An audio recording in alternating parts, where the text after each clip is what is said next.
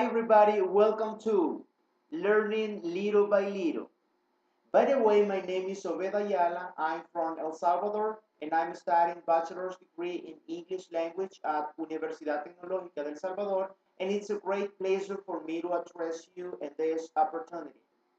Let me tell you that this is a project that we are developing for an IR class which contains a summary of chapter 3 about liberal and social theories of our textbook, International Relations 10th edition. So let's begin. What comes to your mind when you hear about liberal theories? Maybe you're right, because what these theories try to explain is how peace and cooperation are possible. So they work based on reciprocity and identity as the main principles in order to solve the collective goods problems. It's important to say that the German philosopher Immanuel Kant was the one that gave the three answers regarding peace and cooperation.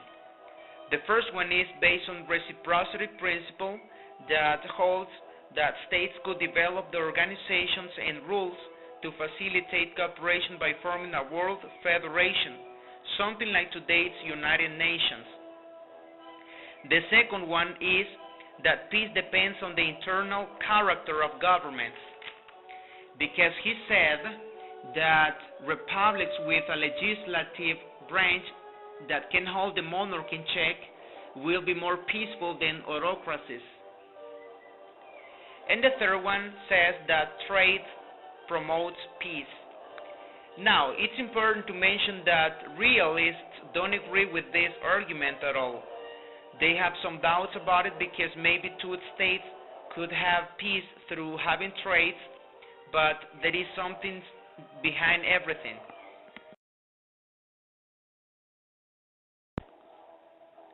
What about social theories? Let's begin saying that there are some approaches in IR theory that may be grouped together as social theories, and obviously because of the word social, it means that they rely on social interaction to explain individuals and states' preferences.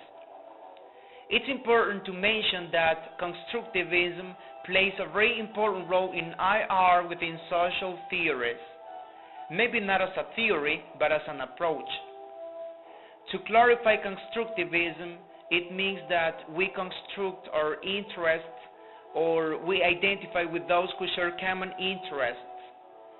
So it works based on identity principle.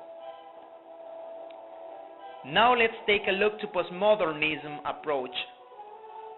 This is the one that holds that there is no single objective reality but a multiplicity of experiences and perspectives that defy easy categorization. So in other words, it means that reality is just one or the same, but it changes depending on the position you are.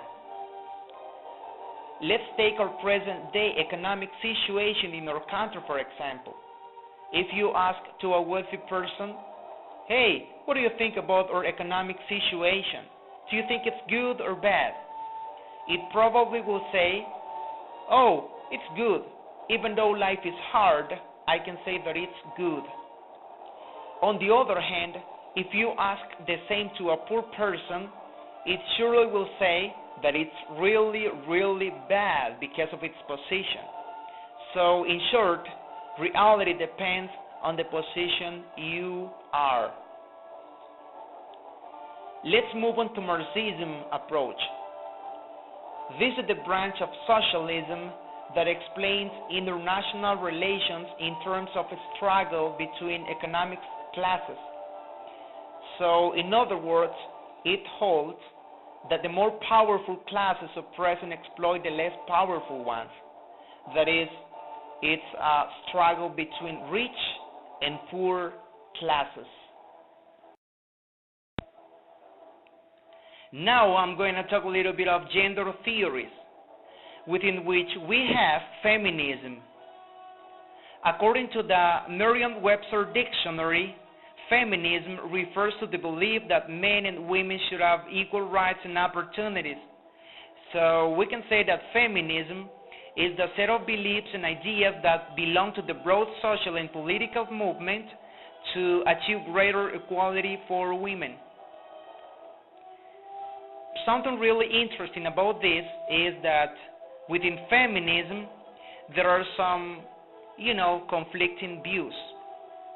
For instance, one strand that is different feminism argues that men are more warlike on average than women, or that women are, more peaceful than men biologically. Another strand, that is liberal feminism, argues that men and women are exactly equal. That is, they have the same capabilities to play important roles in IR. Finally, we have postmodern feminism. This one rejects what difference and liberal feminism hold, where different feminists consider gender differences important and fixed, which means that those differences cannot be changed, and liberal feminists consider those differences trivial. In other words, they are not important at all. And postmodern feminists find those differences important but arbitrary and flexible.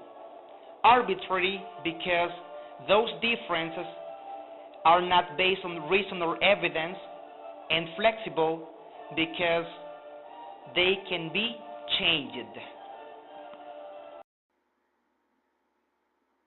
Hey, you're still there, aren't you? Well, as you could watch in this video, what I tried to do today was, explaining briefly about what liberal, social, and gender theories are, how they work, what are the core principles that they base on in order to solve the collective goods problems.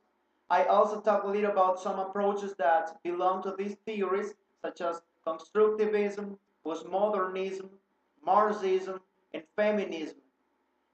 And of course, I cannot forget that I also talk about the three answers that Immanuel Kant gave regarding peace and cooperation. So, thanks very much for watching my video. I really, really hope it's been useful for the one that is watching right now. So, thanks a million again for visiting, learning little by little. So, see you long. Bye bye. Take care.